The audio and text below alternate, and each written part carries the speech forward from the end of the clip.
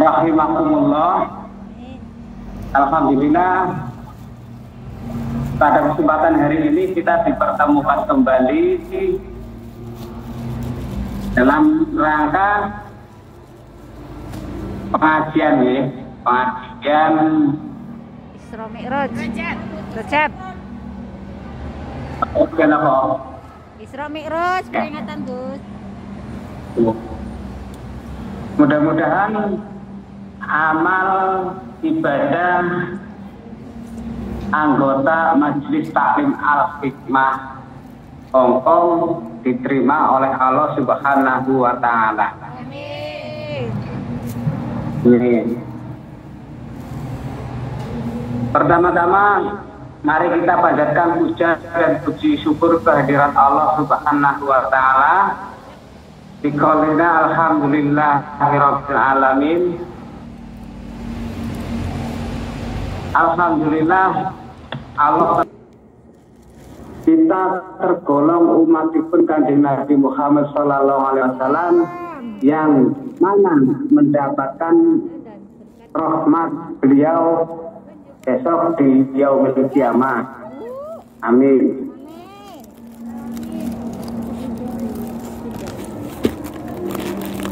Bisa didengar ya? Ya. Nah, pada kesempatan kali ini mungkin masih seperti biasanya kita membahas mengenai untuk apa sih manusia itu diciptakan oleh Allah Subhanahu wa Ta'ala. Dalam Al-Quran itu telah dituliskan firman Allah Subhanahu wa Ta'ala yang berbunyi, wa idh qala rabbuka lil malaika inni ja'ilun fil ardi khalifah qalu ataj'alu fiha may yufsidu fiha wa nahnu nusabbihu bihamdika wa nuqaddisu lak. Wa idh qala rabbuka, dan ingatlah ketika Tuhanmu berfirman bil malaikah kepada para malaikat, inni ja'ilun fil ardi khalifah, bahwasanya Allah itu akan menciptakan di dalam bumi seorang pemimpin atau wakil daripada Allah untuk mengurusi kemakmuran di bumi. Wa idh qala rabbuka lil malaikah inni ja'ilun fil ardi khalifah. Kemudian malaikat menjawab, qalu, malaikat berbicara, ataj'alu fiha, apakah engkau akan menciptakan pihak di atas bumi Allah may yufsidu, orang-orang yang berbuat kerusakan, wa may yufsidu fiha, di dalam bumi. Nahnu, adapun kami para malaikat, nusabbihu bihamdika wa nuqaddisu lak, selalu bertasbih kepada engkau siang dan malam tanpa henti. Nah, di sini seolah-olah malaikat itu tahu. Malaikat itu tahu kalau manusia yang akan diciptakan oleh Allah Subhanahu wa Ta'ala itu adalah manusia yang senang merusak, manusia yang penuh dengan segala kekurangannya. Tapi jawab Allah bagaimana? Inni a'lamu ma la ta'lamun. Saya itu lebih mengetahui apa yang belum engkau ketahui. Itu jawab Allah kepada malaikat. Nah, setelah itu apa? Kemudian malaikat memberi mengajarkan beberapa ilmu kepada manusia, mengasih tahu apa yang belum malaikat ketahui. Nah,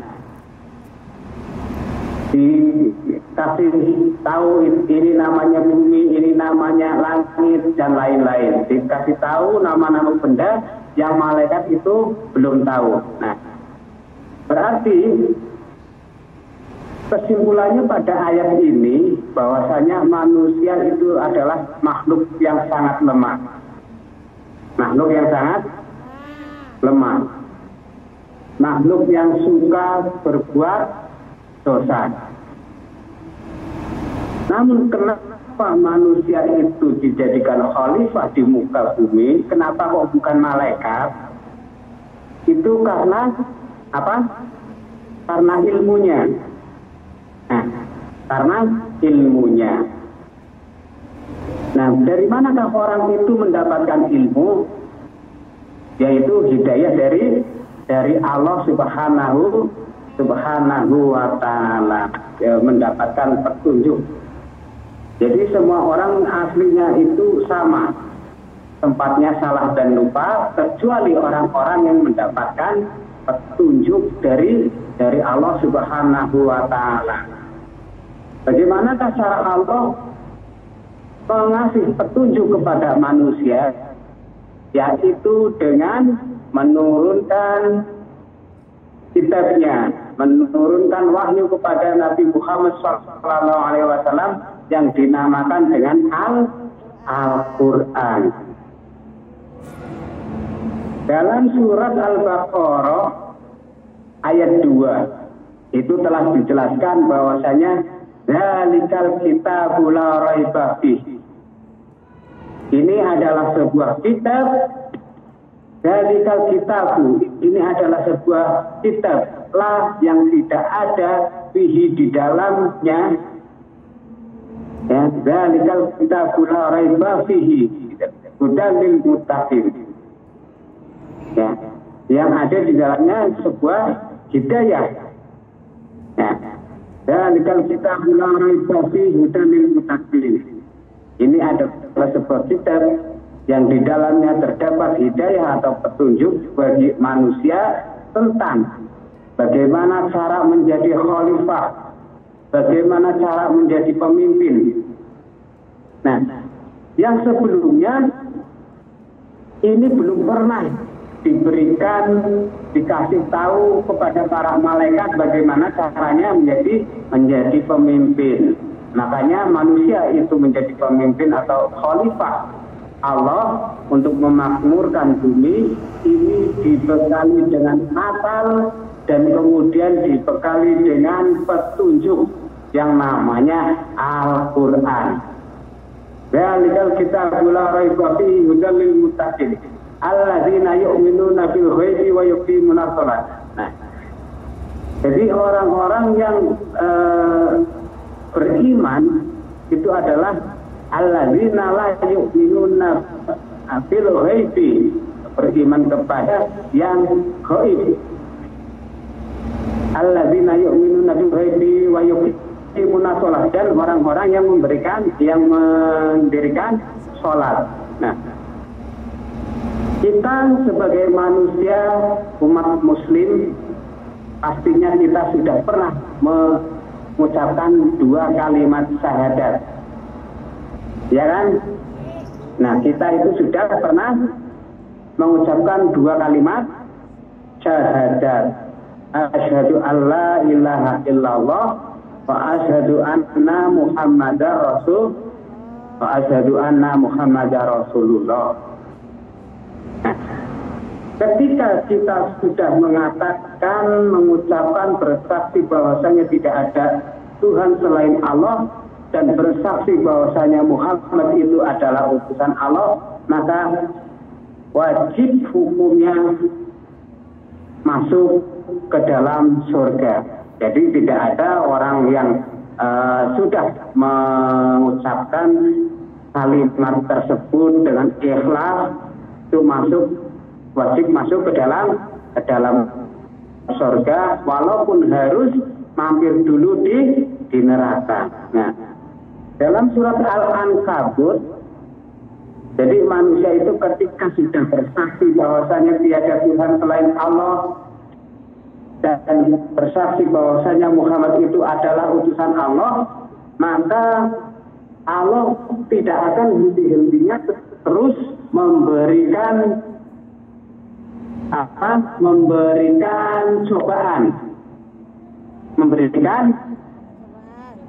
memberikan ujian. Ya.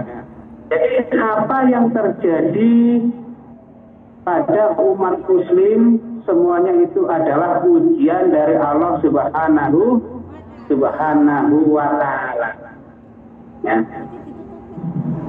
Dalam surat Al-Ankabut ayat 2 itu Allah telah berfirman yang bunyinya ahasiban nasu ayyutraku amanna. Apakah manusia itu mengira bahwasanya manusia itu akan dibiarkan saja ketika sudah menyatakan bahwasanya dirinya telah beriman? Ya, ahasiban nasu ayyutraku amanna. Yaqulu amanah wa hum la yuftanun. Dan mereka itu, apakah mereka mengira bahwasanya ketika manusia menyatakan dirinya telah beriman akan dibiarkan saja dan tidak diberikan padanya sebuah ujian? Di sini Allah telah berfirman dan menyatakan bahwasanya siapapun yang telah mengucapkan syahadat itu wajib masuk surga, dan siapapun yang telah beriman kepada Allah maka baginya akan diberikan ujian-ujian yang tidak pernah berhenti. Ya. Jadi dari awal mereka itu bersyahadat, sejak itu pula manusia itu mendapat ujian. Nah, yang namanya ujian itu apa? Ujian itu adalah sebuah keadaan di mana orang itu akan tetap berada di posisi semula atau akan naik derajatnya. Miskin itu ujian. Jadi yang namanya ujian itu belum tentu suatu hal yang tidak enak ya. Jadi semuanya itu ujian. Jadi orang kaya itu ujian, diuji bagaimana orang ini diterapkan, ditakdirkan menjadi orang kaya. Nah itu bagaimana dalam keadaan kaya, mampukah manusia itu tetap beriman terhadap Allah dan Rasulnya. Jadi kaya itu ujian, miskin itu ujian, baik itu ujian, dan buruk itu ujian. Jadi jangan kita karena kita sering melakukan ibadah, karena kita sering melakukan sholat, karena kita sering melakukan pengajian, kita menjadi memandang orang yang suka bermaksiat itu sebelah mata. Itu jangan. Ya, jadi itu semuanya adalah ujian. Sebaik-baiknya manusia itu pasti ada buruknya, dan seburuk-buruknya manusia itu pasti ada baiknya. Nah, dulu pada zaman Nabi Muhammad SAW itu memiliki seorang sahabat.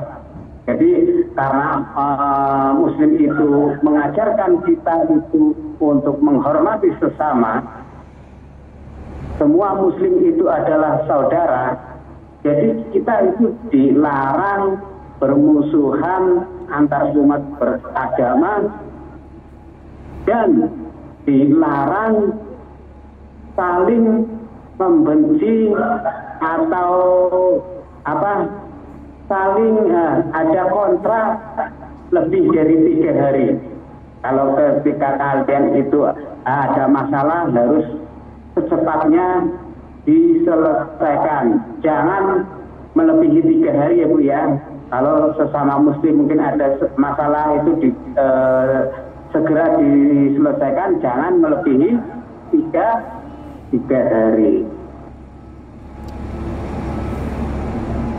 Jadi Nabi Muhammad SAW itu punya sahabat yang bernama Nuaiman. Ini adalah sebuah contoh ketika Nabi Muhammad menghadapi seseorang yang kurang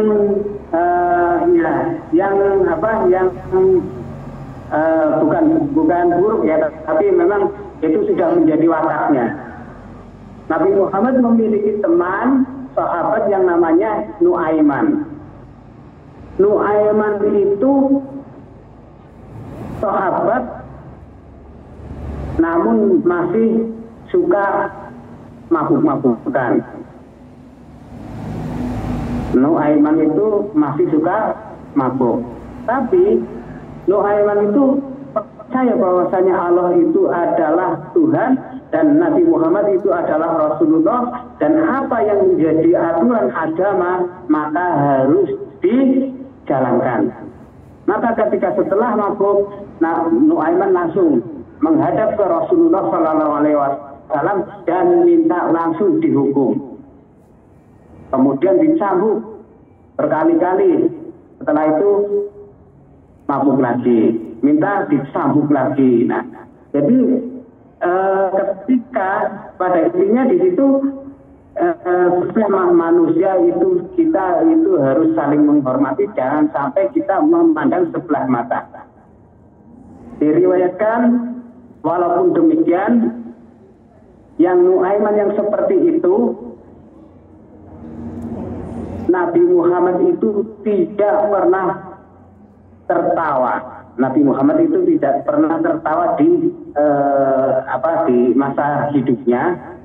Itu hanya senyum-senyum saja. Ada suatu kejadian 1 tahun sebelum Nabi Muhammad SAW itu meninggal dunia.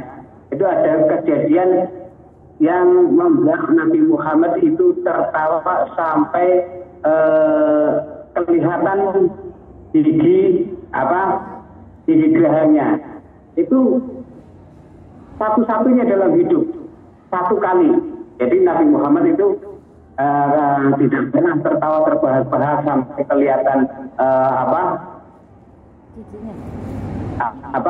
yang di dalam, kalau bahasa Jawanya, kalau bahasa Indonesia ini anak lidah yang tidak kelihatan.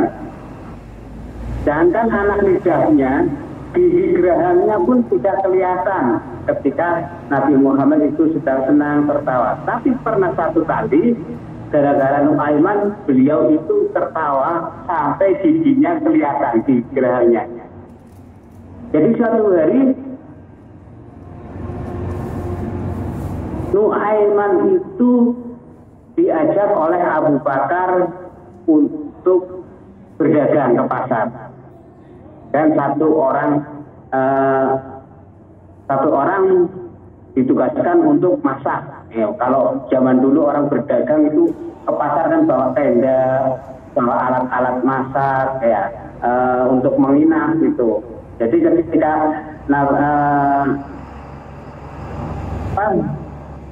Abu Bakar As-Siddiq itu berdagang dan Nuaiman berada di tenda dengan 1 orang yang tukang masak. Nah, pada waktu itu belum waktunya makan siang, namun Nuaiman lapar. Nuaiman merasakan lapar.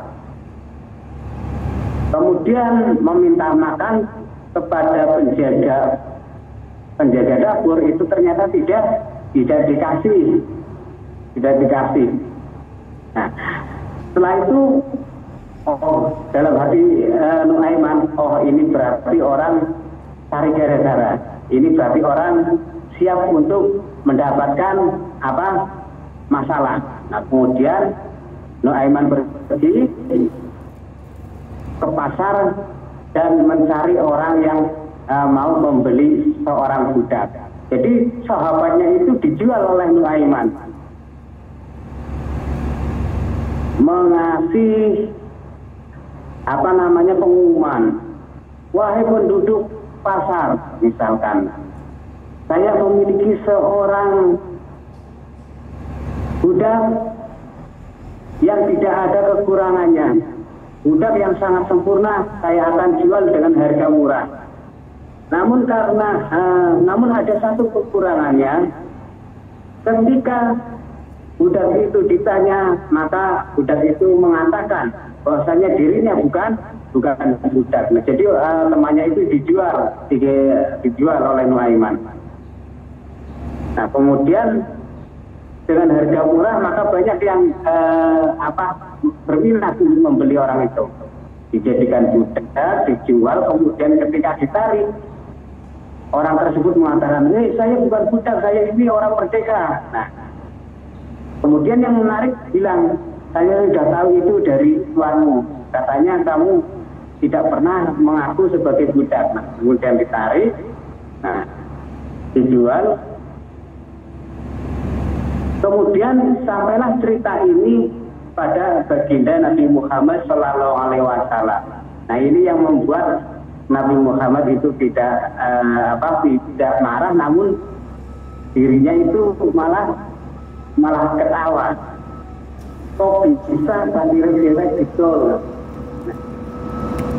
Ini adalah contoh yang diberikan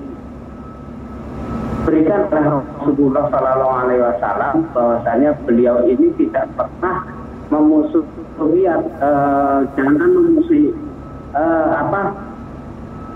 benci terhadap umat muslim lebih dari 3 hari. Tidak pernah merendahkan orang lain, walaupun mungkin kadang kita sebagai umatnya itu harusnya meniru akhlak beliau. Ya, laqad kana lakum fi Rasulillah uswatun hasanah. Ya. Laqad kana, sesungguhnya benar-benar ada lakum untukmu fi Rasulillah, di dalam diri Rasulullah, uswatun hasanah, suatu contoh yang baik. Nah, Nabi Muhammad SAW ini mendapatkan wahyu Al-Quran untuk kita pelajari. Sebagai umat Islam, kita itu wajib belajar memahami Al-Quran. Ya. Jadi kehidupan kita itu adalah kehidupan menuju ke surga.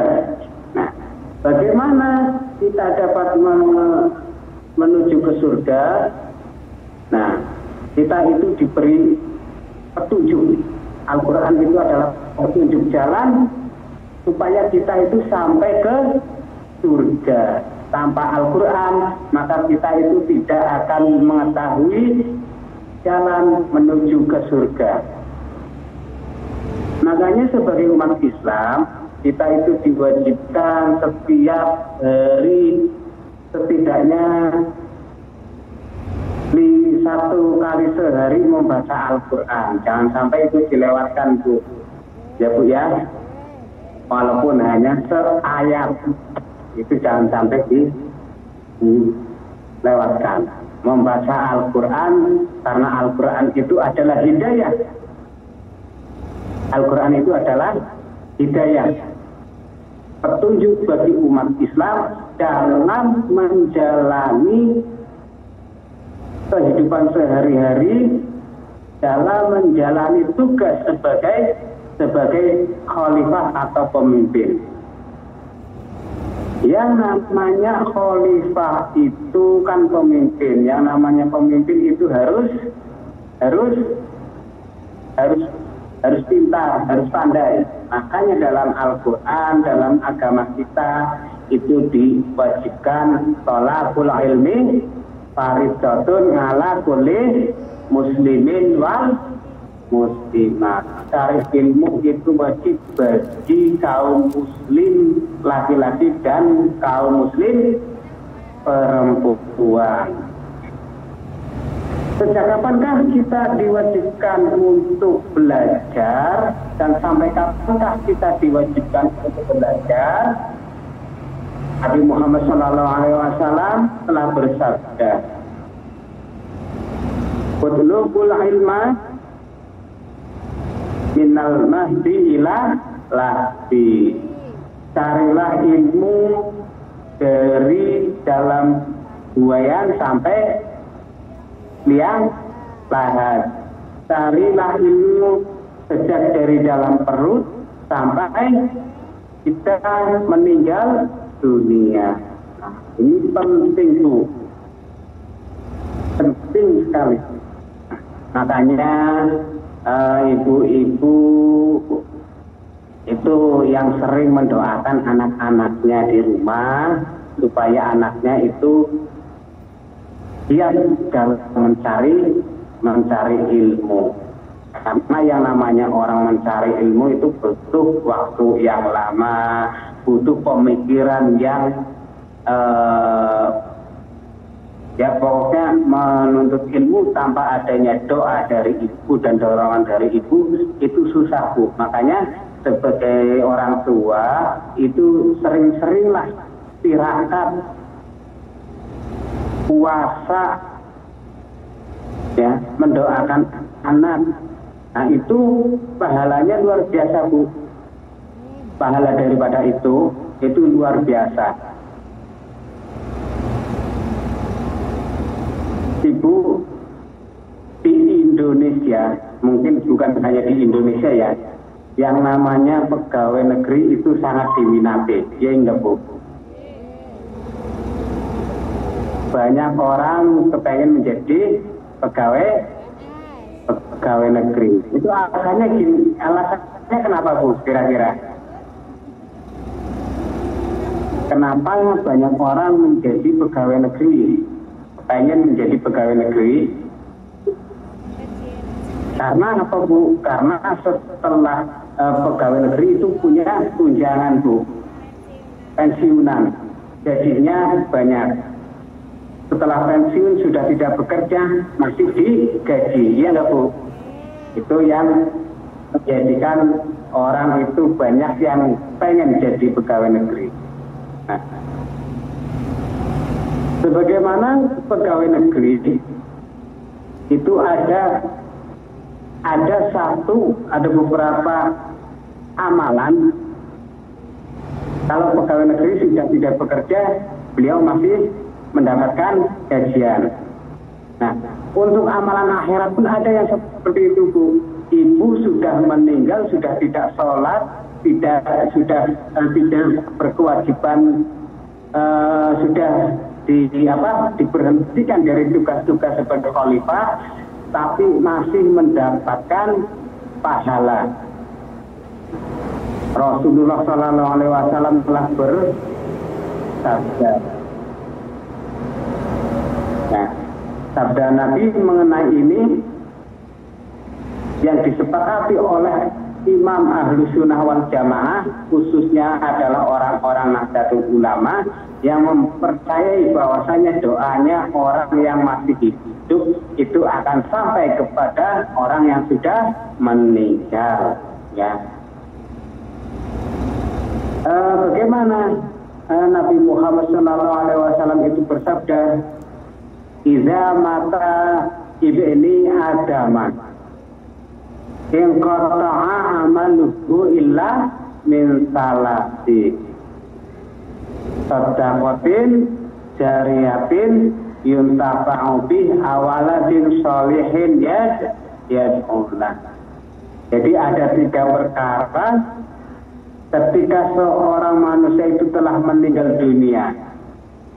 Iza mata nalikane ketika orang itu mati, maka terputuslah amaluhu amalnya, illa min salasi kecuali 3 perkara. Sodakotin 1 sodako, sodakotin jariyatin yuntafa'u bih au ilmin, yang kedua adalah ilmu yang bermanfaat, awaladin sholihin yad'ulah, yang ketiga itu adalah anak soleh yang selalu mendoakan kedua orang tuanya. Nah, ini 3 amal ini itu penting. Nah, caranya bagaimana? Cara mendidik anak yang baik itu di situ cukup mendoakan saja, karena anaknya di rumah ya Bu ya, didoakan saja. Ya sering telepon. Kalau bisa dikirim saja ke pesantren, ya, dikirim saja ke pesantren. Jangan hanya mengandalkan pendidikan formal. Jangan hanya mengandalkan pendidikan formal. Karena pendidikan formal di Indonesia sekarang itu tidak seperti dulu, Bu.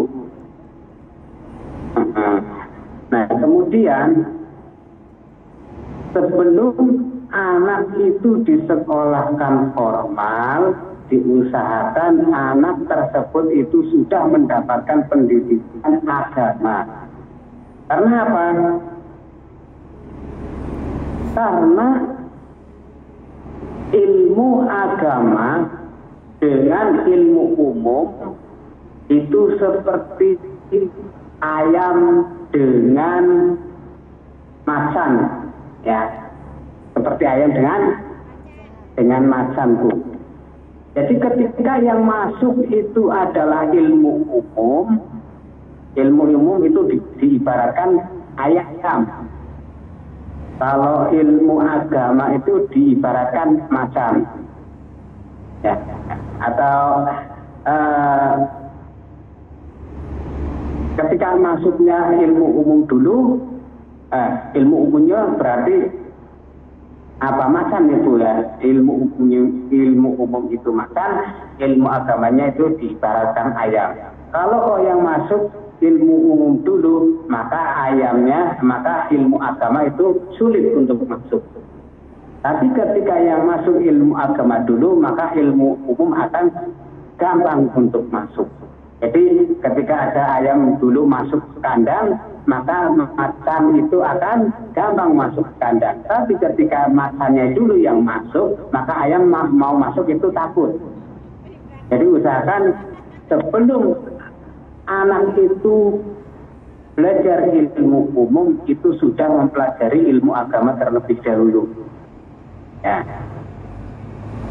Nah, biasanya kok belajar ilmu umum dulu kemudian pintar, namun belum mengerti ilmu agama, gue diomongi kalau dibilangin itu susah sekali, Bu. Sudah terlanjur pintar, namun tidak tahu agama, kalau dinasehati itu susah, karena sudah pintar, otaknya itu sudah bisa untuk berpikir. Namun kan banyak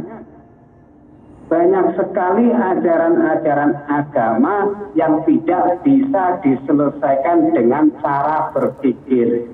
Jadi pikiran kita itu tidak mampu untuk menyelesaikan perkara urusan-urusan itu. Contohnya masalah tauhid. Nah, banyak sekali ya urusan-urusan agama yang kalau dinalar itu tidak ketemu. Namun kita tetap harus mengimaninya. Kita tetap harus mengimaninya. Contoh seperti kejadian Isra Mi'raj. Dari bumi ke langit itu enggak sampai 1 hari, enggak sampai 1 malam. Kalau secara nalar kan sulit. Namun itulah yang terjadi. Jangan orang zaman sekarang, dulu ketika terjadi Isra Mi'raj dan Nabi Muhammad SAW itu menceritakannya kepada para sahabat, maka para sahabat itu tidak langsung percaya. Tidak langsung percaya, Bu. Masa sih iya naik ke langit ke-7 hanya 1 malam. Nah, Tapi ada salah satu sahabat yang langsung percaya. Sahabat siapa, Bu? Yang ketika mendapatkan berita Nabi Muhammad itu melakukan Isra Mi'raj dalam satu malam sampai ke langit 7, sahabat itu nggak langsung percaya. Hanya satu orang yang langsung percaya, yaitu sahabat Abu Bakar. Sahabat Abu Bakar itu langsung percaya. Makanya Nabi Abu Bakar itu mendapatkan gelar Asy-Siddiq. Ya. Jadi imannya Abu Bakar ini adalah orang yang paling kuat imannya. Kalau kata ulama, kalau ibarat telur, ya, telur satu buah telur kok dibelah jadi dua, yang sebelah itu adalah imannya Abu Bakar, kemudian yang sebelah itu adalah imannya orang sedunia. Jadi imannya orang sedunia.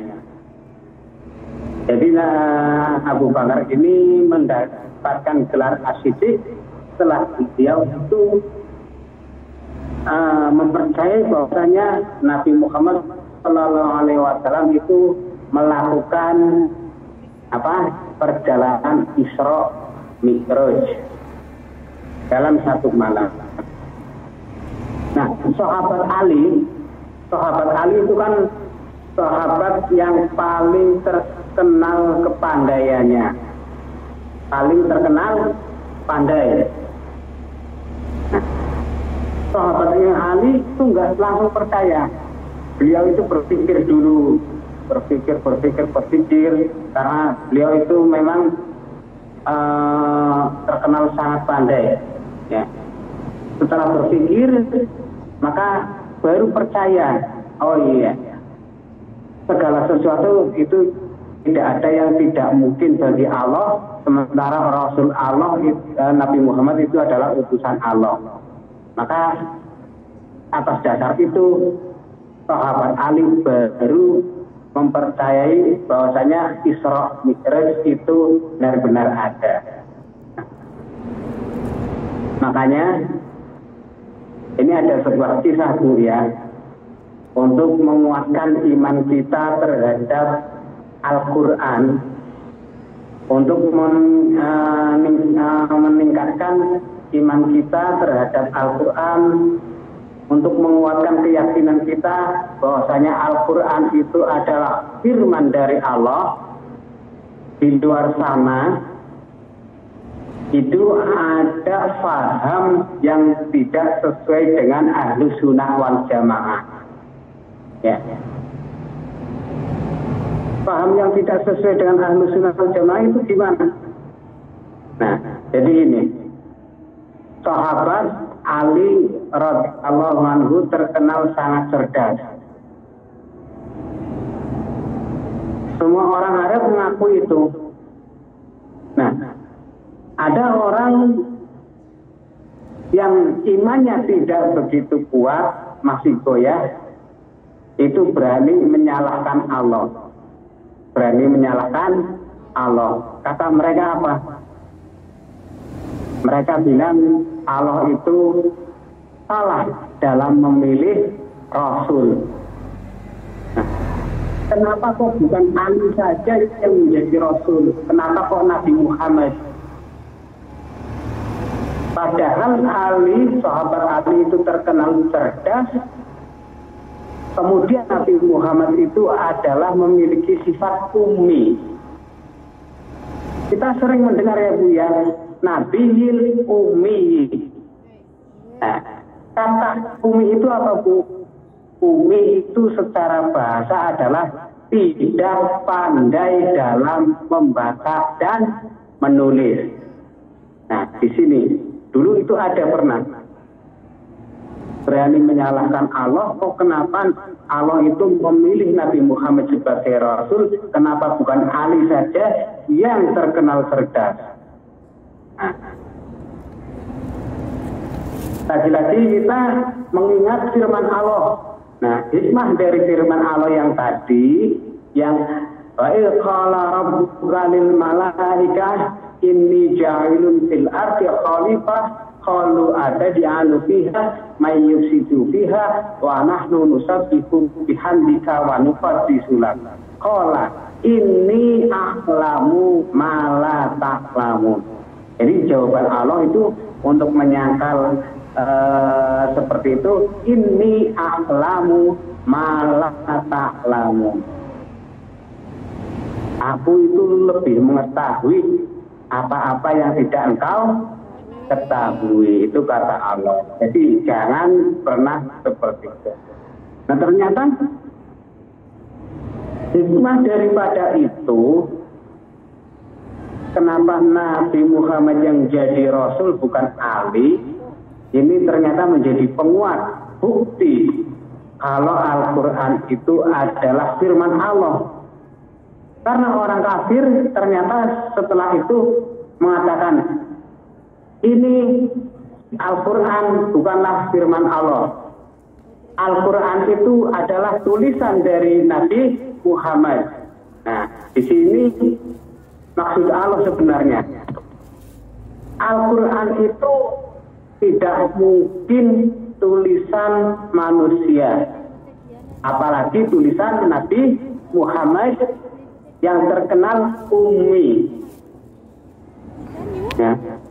Nabi Muhammad itu terkenal ummi, maka tidak mungkin mengarang kitab yang sempurna seperti Al-Quran. Ya. Jadi itu maksud Allah Subhanahu wa Ta'ala. Jadi banyak sekali yang perlu kita ingat, bahwasanya kita itu jangan sampai sekali-kali kendor imannya. Jangan sampai sekali-kali tergoyahkan. Makanya kita itu harus giat dalam belajar. Jadi kadang manusia itu, kalau di Indonesia ya, di Indonesia itu banyak sekali orang-orang pada demo. Kalau di Hongkong banyak ya Bu? Banyak apa Gus? Pada demo. Nah,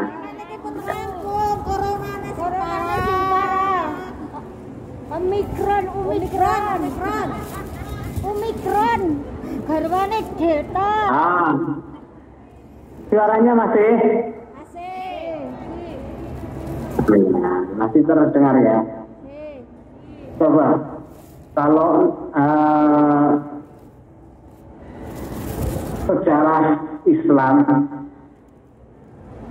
itu mengajarkan supaya kita itu taat, patuh kepada Allah dan Rasul-Nya, patuh kepada ulama, dan patuh kepada pemimpin. Patuh kepada pemimpin. Nah, misalkan di Indonesia telah dipilih seorang pemimpin, maka jangan sekali-kali kita itu memprotes atau mendemo pemimpin. Makanya kata Mbah Maimun Zubair itu, jangan sekali-kali kita itu menentang pemerintah, walaupun sekalipun kita dijolimi oleh pemerintah, kita itu jangan sekali-kali menentang pemerintah. Karena adanya seorang presiden terpilih itu adalah takdir Allah ya. Adanya presiden terpilih itu adalah takdir Allah. Jadi tidak mungkin Allah itu menjadikan seorang presiden tanpa alasan yang jelas. Pasti orang itu memiliki kelebihan. Jadi kita harus sering-sering introspeksi diri. Ketika melihat pemimpin kita itu kok seperti itu, berarti kita sebagai warganya pastinya itu lebih jelek daripada presidennya. Cuman kita itu tidak sadar. Cuman kita itu tidak sadar. Jadi jangan sampai kita itu menentang pemerintah. Pemerintah itu lebih tahu. Apalagi ketika kita itu memiliki ilmu yang tidak sebanding dengan orang tersebut. Ya, memang ketika orang menilai orang lain, itu syaratnya harus memiliki ilmu yang sebanding. Harus memiliki ilmu yang sebanding. Seperti kisah Nabi Khidir. Nabi Khidir dengan Nabi siapa dulu? Nah, itu kan karena tidak memiliki ilmu yang sebanding, maka terjadilah